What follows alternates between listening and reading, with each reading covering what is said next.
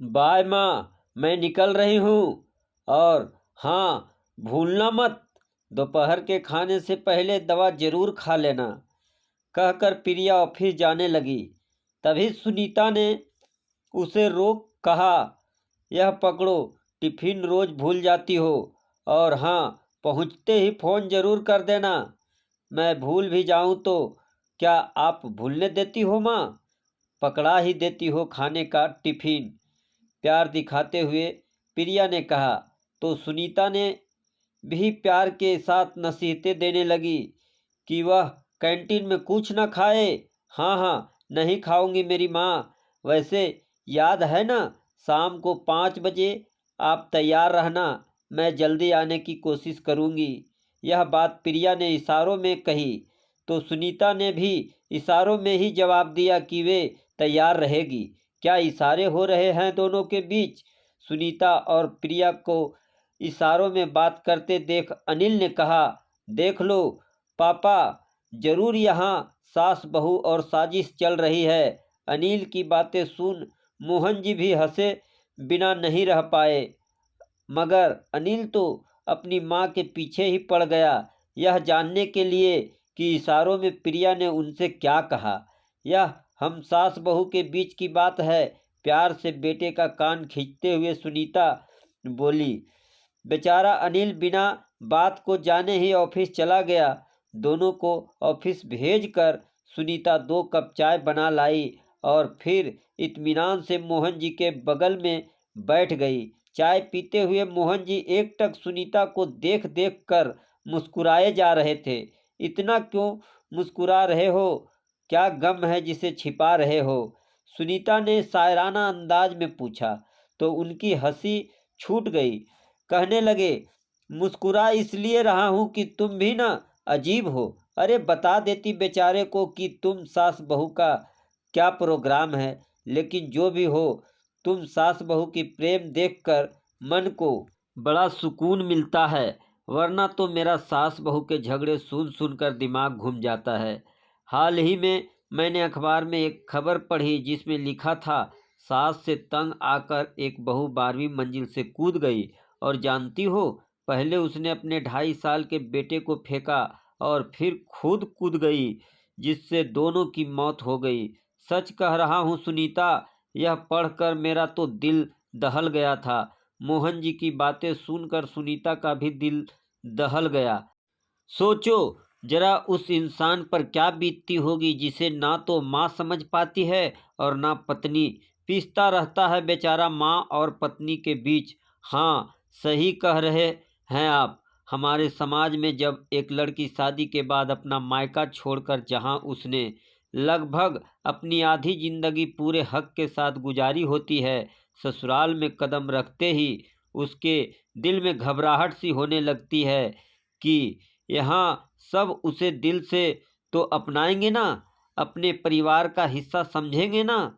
ज़्यादातर घरों में यही होता है कि बहू को आए अभी कुछ दिन हुए नहीं कि जिम्मेदारी की टोकरी उसे पकड़ा दी जाती है।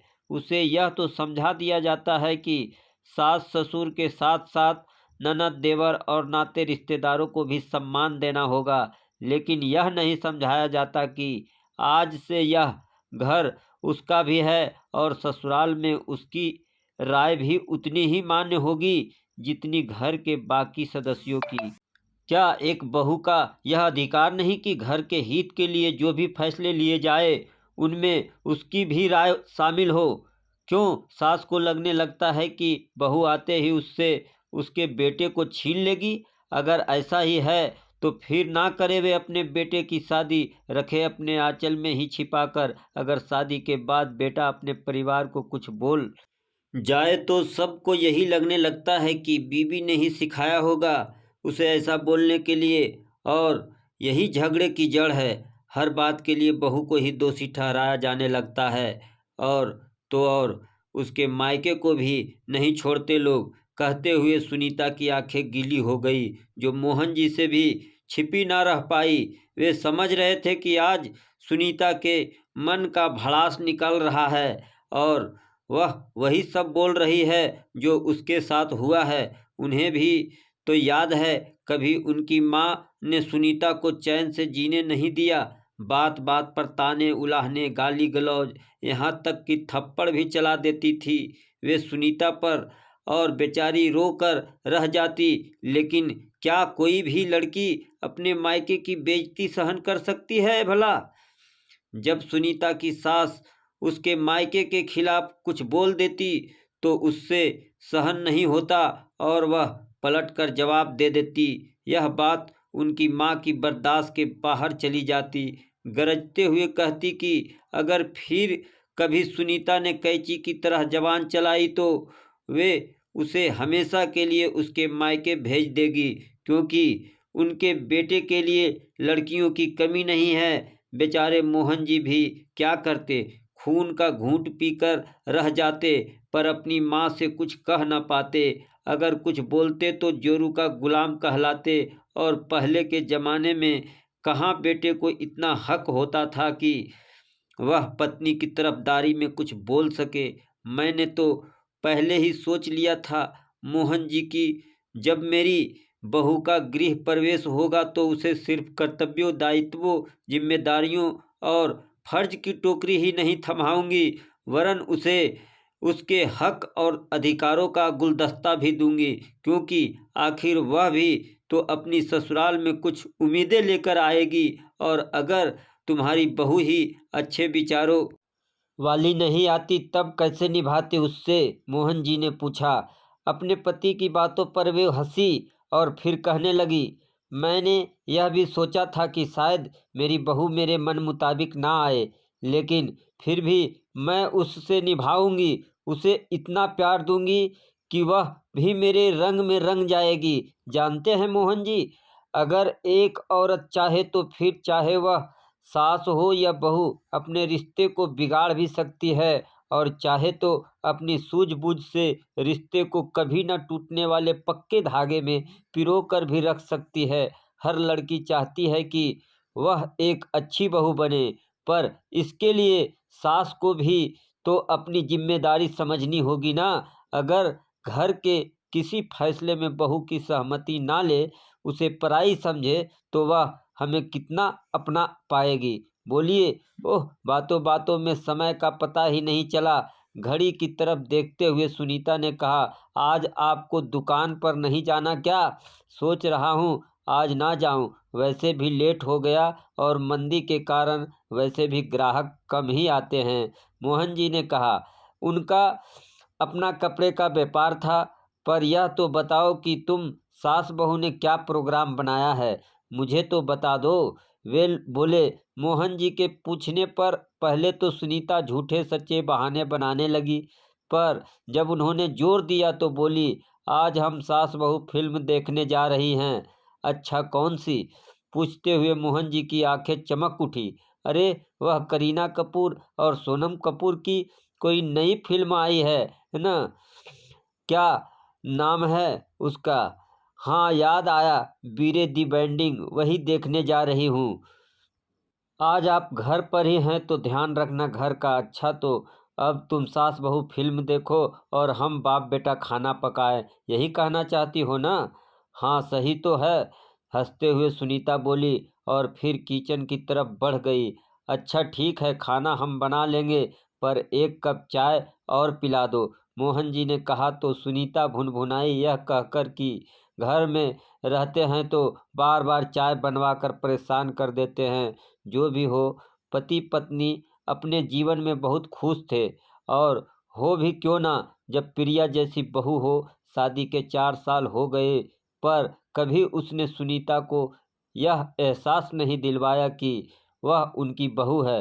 पास पड़ोस, नाते रिश्तेदार इन दोनों के रिश्ते को देखकर आश्चर्य करते और कहते कि क्या सास बहू भी कभी ऐसे एक साथ इतनी खुश रह सकती है?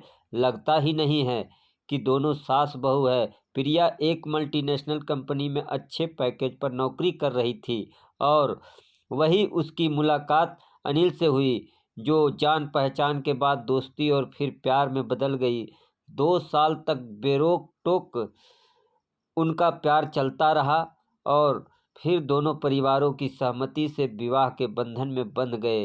वैसे तो बचपन से ही प्रिया को सास नाम के प्राणी से डर लगता था, क्योंकि उसके जेहन में एक हौवा सा बैठ गया था कि सास और बहू में कभी नहीं पड़ती। क्योंकि अपने घर में भी तो उसने आए दिन अपनी माँ और दादी को लड़ते झगड़ते ही देखा था। ज्यों ज्यों वह बड़ी होती गई, दादी और माँ में लड़ाइयाँ भी बढ़ती चली गई। उसे याद है जब उसकी माँ दादी में झगड़ा होता और उसके पापा किसी एक की तरफदारी करते तो दूसरी का मुंह फूल जाता। हालत यह हो गई कि फिर उन्होंने बोलना ही छोड़ दिया। जब भी दोनों में झगड़ा होता, प्रिया के पापा घर से बाहर निकल जाते। नाते रिश्तेदारों और पास पड़ोस में भी तो आए दिन सास बहू के झगड़े सुनते देखते वह घबरा सी जाती। उसे याद है जब पड़ोस की अनीता चाची की बहू ने अपने शरीर पर मिट्टी का तेल छिड़क कर आग लगा ली थी। तब यह सुनकर प्रिया की रूह कांप उठी थी।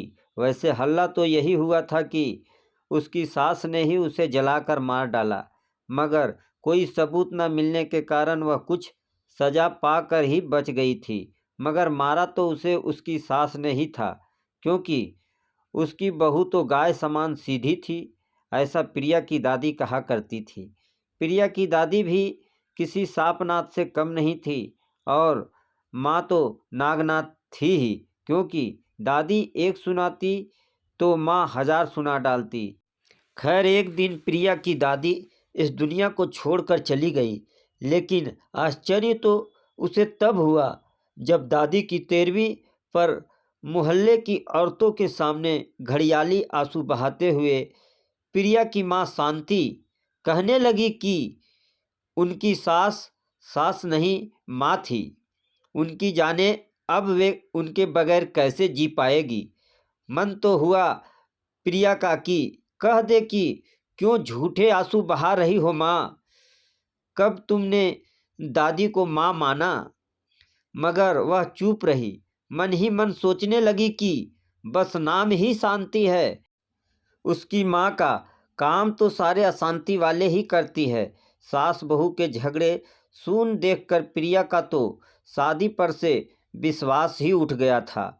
जब भी उसकी शादी की बात चलती वह सिहर जाती, सोचती जाने कैसी ससुराल मिलेगी, कहीं उसकी सास भी अनीता चाची जैसी निकली तो, या कहीं उसमें भी उसकी माँ का गुण आ गया तो। ऐसे कई सवाल उसके मन को डराते रहते। अपने मन का डर उसने अनिल को भी बताया, जिसे सुन उसकी हंसी रुक नहीं रही थी। किसी तरह अपनी हंसी रोक वह कहने लगा, हाँ मेरी माँ सच में सुनीता पवार है। सोच लो अब भी समय है, कहीं ऐसा ना हो तुम्हें बाद में पछताना पड़े। पागल, मेरी माँ पुराने जमाने की सास नहीं है, तुम्हें उनसे मिलने के बाद खुद ही पता चल जाएगा। अनिल की बातों ने उसका डर जरा कम तो कर दिया, पर पूरी तरह से खत्म नहीं हो पाया। अब भी सास को लेकर दिल के किसी कोने में डर तो था ही। बड़े प्यार से शांति ने भी अपनी बेटी के कान फूंकते हुए समझाया था, देख बिटिया, सास को कभी माँ समझने की भूल ना करना, क्योंकि सास चुड़ैल का दूसरा रूप होती है। देखा नहीं अपनी दादी को, माजी माजी कहकर उसे सिर पर मत बैठा लेना, पैरों में तेल मालिश वालिश की आदत तो डालना ही मत, नहीं तो मरते दम तक तुमसे सेवा करवाती रहेगी। सबसे बड़ी बात, पति को अपनी मुट्ठी में रखना और उसके कमाए पैसों को भी, अपनी कमाई तो उसे छूने भी मत देना। एक बार मुंह को खून लग जाए तो आदत पड़ जाती है। समझ रही हो ना मेरे कहने का मतलब। अपनी माँ की कुछ बातों को उसने आत्मसात कर लिया तो कुछ को नहीं। ससुराल में जब प्रिया ने पहला कदम रखा तो सबसे पहले उसका सामना सुनीता यानी अपनी सास से ही हुआ। उनका भरा हुआ रोबीला चेहरा, लंबा चर्बी से लदा शरीर देखकर ही वह डर गई। लगा, जैसा नाम वैसा ही रूप, और जिस तरह से वे आत्मविश्वास से भरी आवाज़ में बातें करती, प्रिया काँप जाती। वह समझ गई कि उसका हाल वही होने वाला है जो और बेचारी बहुओं का होता आया है। मगर हफ्ता 10 दिन में ही जान लिया प्रिया ने कि अथा नाम तथा गुण वाली कहावत सुनीता पर कहीं से भी लागू नहीं होती है। तेज तरार कैंची की तरह जवान और सांसों वाला रोब जरा भी नहीं था उनके पास। एक रोज जब वह अपनी माँ को याद कर रोने लगी तो उसकी सास ने उसे सीने से लगा लिया और कहा कि वह उसे सास नहीं माँ समझे, और जब मन हो जाकर अपनी माँ से मिल आए। किसी बात की रोक टोक नहीं है यहाँ उस पर, क्योंकि यह उसका भी घर है। जैसे उनके लिए उनकी बेटी है वैसे ही बहू भी। और सिर्फ कहा ही नहीं, सुनीता ने करके भी दिखाया, क्योंकि प्रिया को नए माहौल में ढलने और वहाँ के लोगों की पसंद नापसंद को समझने के लिए उसे पर्याप्त समय दिया। अगर प्रिया से कोई गलती हो जाती तो एक माँ की तरह बड़े प्यार से उसे सिखाने का प्रयास करती। पाक कला में तो उसकी सास ने ही उसे माहिर किया था, वरना एक मैगी और अंडा उबालने के सिवा और कुछ कहाँ बनाना आता था उसे। लेकिन कभी सुनीता ने उसे इस बात के लिए ताना उलाहना नहीं मारा, बल्कि बोलने वालों का भी यह कहकर मुंह चुप करा देती कि आज की लड़कियां चांद पर पहुंच चुकी है, पर अफसोस कि हमारी सोच आज भी वही की वही है। क्यों हमें बहु सर्वगुण संपन्न चाहिए? क्या हम सासे भी हैं सर्वगुण संपन्न? और यही उम्मीद हम अपनी बेटियों से क्यों नहीं लगाते? फिर क्या मजाल जो कोई प्रिया के बारे में कुछ बोल भी दे। उस दिन सुनीता की बातें सुनकर दिल से प्रिया ने अपनी सास को माँ समझा और सोच लिया कि वह कैसा रिश्ता निभाएगी अपनी सास से।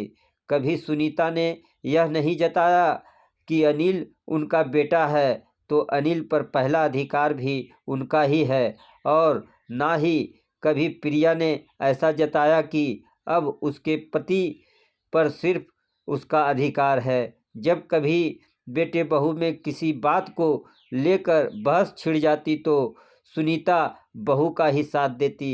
इससे प्रिया के मन में सुनीता के प्रति और सम्मान बढ़ता गया। धीरे धीरे वह अपनी सास के और करीब आने लगी, पूरी तरह से खुलने लगी। उनके साथ कोई भी काम होता वह सुनीता से पूछ कर ही करती। उसे जो भय था सास को लेकर वह दूर हो चुका था। लोग कहते हैं अच्छी बहू बनना और सूर्य पर जाना एक ही बात है, लेकिन अगर मैं एक अच्छी बेटी हूँ तो अच्छी बहू क्यों नहीं बन सकती? माँ दादी को मैंने हमेशा लड़ते झगड़ते देखा है, लेकिन गलती सिर्फ दादी की ही नहीं होती थी। माँ चाहती तो सास बहू के रिश्ते को संभाल सकती थी, पर उन्होंने और बिगाड़ा रिश्ते को। मुझे भी उन्होंने वही सब सिखाया सास के प्रति, पर मैं उनकी एक भी बात में नहीं आई, क्योंकि मैं जानती थी कि सामने वाले मुझे वही देंगे जो मैं उन्हें दूंगी, और ताली कभी एक हाथ से नहीं बजती। शादी के बाद एक लड़की का रिश्ता सिर्फ अपने पति से ही नहीं जुड़ता, बल्कि ससुराल के बाकी सदस्यों से भी खास रिश्ता बन जाता है। यह बात क्यों नहीं समझती लड़कियां? अगर अपने घर का माहौल हमेशा अच्छा और खुशी भरा रखना है तो मुझे अपनी माँ की बातें भूलनी होगी, और फिर सिर्फ पति पत्नी में ही 7 वचन क्यों, सास बहू भी क्यों ना कुछ वचनों में बंध जाए, ताकि जीवन सुखमय बीत सके। अपने आप से ही कहती प्रिया। उसी दिन ठान लिया प्रिया ने कि वे सास बहू भी कुछ वचनों में बंधेगी और अपने रिश्ते को एक नया नाम देगी, अनोखा रिश्ता। अब प्रिया अपनी सास की हर पसंद नापसंद को जानने समझने लगी थी। चाहे शॉपिंग पर जाना हो, फिल्म देखने जाना हो या घर में बैठकर सास बहू सीरियल देखना हो, दोनों साथ देखती। अब तो प्रिया ने सुनीता को व्हाट्सएप, फेसबुक, लैपटॉप, यहाँ तक कि कार चलाना भी सिखा दिया था। सबके ऑफिस चले जाने के बाद सुनीता घर में बोर ना हो, इसलिए उसने ज़बरदस्ती उन्हें किट्टी भी ज्वाइन करवा दी। शुरू शुरू में सुनीता को अजीब लगा था, पर फिर मज़ा आने लगा। अब वे भी अपनी बहू के साथ जाकर और औरतों की तरह स्टाइलिश कपड़े खरीद लाती। वजन भी बहुत कम कर लिया था। आखिर दोनों सास बहू रोज वॉक पर जो जाती थी, अपने हल्के शरीर को देख बहुत खुश होती सुनीता और उसका सारा श्रेय देती अपनी बहू को, जिसके कारण उनमें इतना बदलाव आया था। वरना तो 5 गज की साड़ी में ही लिपटी उनकी जिंदगी गुजर रही थी। एक दिन चुटकी लेते हुए मोहन जी ने कहा भी, कहीं तुम सुनीता पवार से 0 फिगर साइज वाली करीना ना बन जाओ, फिर मेरा क्या होगा मेरी जान। हाँ बनूंगी ही, आपको क्यों जलन हो रही है? सुनीता बोली। अरे मैं क्यों जलने लगा भाई, अच्छा है बन जाओ करीना की तरह, मेरे लिए तो और अच्छा ही है ना, वरना तो ट्रक के साथ आधी से ज़्यादा उम्र बीत ही गई मेरी। कहकर मोहन जी हंस पड़े, पर सुनीता बड़बड़ा उठी। दोनों की इस तरह की नोक झोंक देख प्रिया और अनिल हंस पड़ते। एक दिन जब प्रिया ने अपने लिए जीन्स और टी शर्ट खरीदी तो सुनीता के लिए भी खरीद लाई। वैसे अनिल ने मना किया था कि मत खरीदो, माँ नहीं पहनेगी, पर वह ले ही आई। अरे यह क्या ले आई बहू? नहीं नहीं, मैं ये सब नहीं पहनूंगी, लोग क्या कहेंगे, और मेरी उम्र तो देखो। जीन्स व टी शर्ट एक तरफ रखते हुए सुनीता ने कहा, उम्र क्यों नहीं है, अभी आपकी उम्र ही क्या हुई है माँ, लगता है आप 50 की हैं। लोगों की परवाह छोड़िए, बस वही पहनिए जो आपको अच्छा लगता है, और मुझे पता है आपका जीन्स पहनने का मन है, आप यह जरूर पहनेगी। हुक्म सुनाकर प्रिया फ्रेश होने चली गई। सुनीता उसे जाते देखते हुए सोचने लगी कि यह कैसा अनोखा रिश्ता है उनका। हाँ, तो यह कहानी आपको कैसी लगी कमेंट के माध्यम से ज़रूर बताएं, और मेरे चैनल पर पहली बार आए हैं तो चैनल को लाइक और सब्सक्राइब ज़रूर करें।